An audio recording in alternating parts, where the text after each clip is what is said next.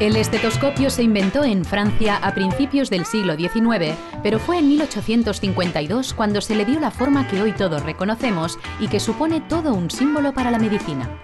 Como método de diagnóstico fue un gran avance y permitió comprender muchos de los síntomas de las enfermedades cardiovasculares.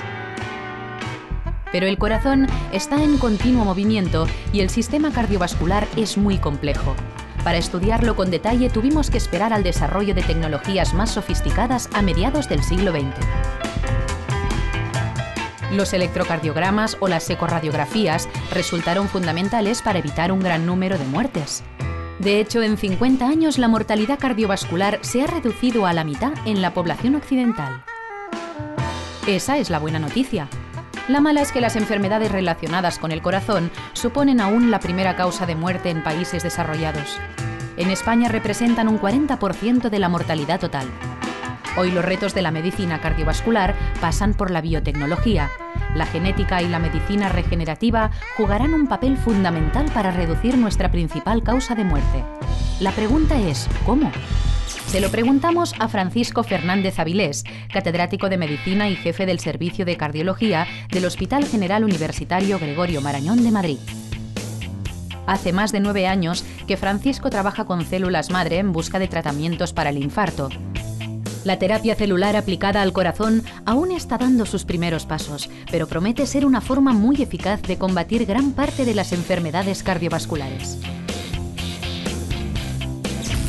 Francisco, ¿el corazón es capaz de regenerarse como le pasa a otros órganos, como el hígado, por ejemplo? Pues sí, antes creíamos que no, pero hoy ya sabemos definitivamente que sí, que como otros órganos, pues el corazón tiene nichos de células, que son células madre, y que tienen la capacidad de activarse y de regenerar el corazón cuando éste sufre pues, los problemas del envejecimiento, por ejemplo. Todas las células cardíacas, a pesar de lo que creíamos antes, sabemos hoy que se sustituyen conforme van desapareciendo como consecuencia del envejecimiento, y también cuando hay alguna agresión, como puede ser un infarto u otro tipo de agresión al corazón. Pero cuando sucede un infarto en el corazón, ¿pasa lo mismo que con la piel, que se regenera rápidamente? La piel sí que ha sido creada para defenderse de ese tipo de agresiones, de incluso heridas profundas, etcétera, etcétera, y se activa el tejido con células madre, se activa y produce reparaciones espectaculares. En el corazón existen esas células, pero no estaban preparadas para afrontar situaciones como el infarto, que son producto de unas alteraciones que, digamos, que la biología no había previsto. ¿Cómo se puede mejorar la capacidad de regeneración del corazón?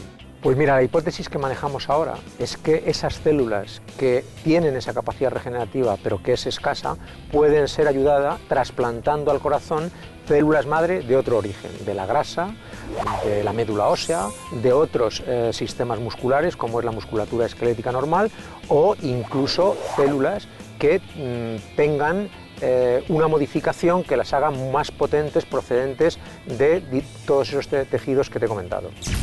¿En qué estado se encuentra la investigación en terapias celulares? En humanos hay ya estudios en marcha, algunos en una fase muy incipiente, como son los estudios que utilizan las células de la grasa, y otros en una fase muy avanzada, como son los estudios que utilizan células de la médula ósea en pacientes con infarto agudo de miocardio. ¿Cuándo crees tú que las terapias celulares estarán disponibles para todos? Que en el tema de la terapia celular, incluso en el aspecto más avanzado de la terapia celular cardíaca, que es el uso de células de médula ósea en pacientes con infarto, todavía queda hacer estudios a gran escala, y eso pues va a llevar por lo menos 3 a 5 años hasta que se pueda decir que esto vale, no vale, y en el caso de que valga, quiénes son los pacientes concretos que se benefician. Y en otros tipos y en otros escenarios clínicos y en otras células, pues todavía estamos en la fase de investigación animal y de estudios de seguridad y factibilidad en humanos. En 1959, el cirujano sueco Åke Svenning implantó el primer marcapasos en el corazón de un paciente. Él mismo había diseñado el mecanismo para enviar señales eléctricas al músculo del corazón. En el primer intento, el aparato falló al cabo de 3 horas. En el segundo, duró 2 días antes de fallar. En total, la paciente, Ar Larsson, sobrevivió a otros 24 cambios de marcapasos. Murió en 2001 a la edad de 86 años. El uso de la electricidad para estimular el corazón viene de antiguo. Ya en 1775, el doctor Peter Abildgaard experimentaba con shocks eléctricos en gallinas. Cuando los aplicaba en su cabeza las mataba, pero en el tórax conseguía que el corazón volviera a funcionar. 100 años más tarde se empezaron a usar impulsos eléctricos para estimular corazones humanos. Fueron los primeros marcapasos externos.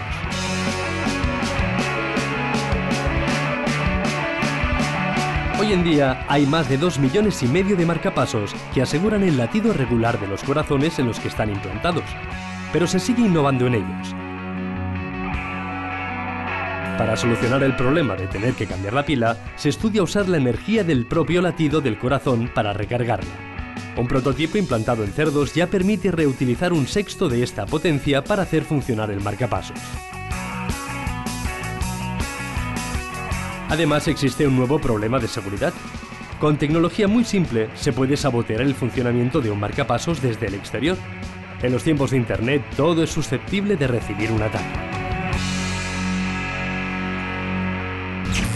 Francisco, ¿cuáles han sido los grandes hitos en las terapias de enfermedades cardiovasculares? Entramos en una época, que es una época que yo creo que va a ser la más floreciente de todas, en la edad de la medicina cardiovascular, en que se pasa de un concepto mecánico y eléctrico del corazón, una bomba que está sometida a un control eléctrico, se pasa a aplicar soluciones biológicas a las estructuras del corazón. Es la era de las células, de los métodos diagnósticos personalizados basados en las proteínas, en los genes, en los biomarcadores. Es una edad en la cual todos los avances de la tecnología van a poder empezar a aplicarse a las enfermedades cardiovasculares, para curarlas, pero sobre todo para prevenirlas o para anticiparse al desarrollo de sus consecuencias. Porque las enfermedades cardiovasculares siguen siendo la principal causa de muerte en los países desarrollados. Y en los no desarrollados. La enfermedad cardiovascular que, en algunos casos, como es en el caso de la insuficiencia cardíaca, tiene más malignidad que el más maligno de todos los cánceres. Es decir, es una gran lacra por su virulencia y es una gran lacra porque se lleva por delante al 40%, es responsable del 40% de las muertes en la sociedad industrializada, pero también dentro de poco en todo el mundo. ¿Se puede personalizar la prevención? Pues todavía no, pero podremos hacerlo pronto. Es importante porque nosotros sabemos que el control de los factores de riesgo de enfermedad cardiovascular, los factores de riesgo clásicos, el tabaco, la diabetes, la hipertensión, es muy beneficioso, pero también sabemos que hay enfermos que desarrollan la enfermedad y que no tienen factores de riesgo, y que hay enfermos que tienen factores de riesgo y no desarrollan la enfermedad. ¿Qué quiere decir eso? Que hay una vulnerabilidad personal para desarrollar enfermedad cardiovascular. Y nuestro desafío es identificar a los individuos vulnerables. Y para eso es para lo que tenemos que intentar cambiar el paradigma y ir a una medicina cardiovascular personalizada que esté basada en la biotecnología, hasta llegar pues a una situación ideal, que yo creo que ocurrirá, en el cual una simple gota de sangre te dirá si un paciente es vulnerable o no lo es y te ayudará a tratarlo. Ahora, para terminar, si quisieras dejar algo claro, algo que todo el mundo entienda sobre las enfermedades cardiovasculares, ¿qué sería? Que es una obligación de todos anticiparnos al desarrollo de este tipo de enfermedades, a la sociedad, haciendo una vida saludable, y a los que estamos en esto, los médicos, los investigadores, desarrollando todo el arsenal de conocimiento para intentar anticiparnos al desarrollo de la enfermedad y a las consecuencias de la enfermedad.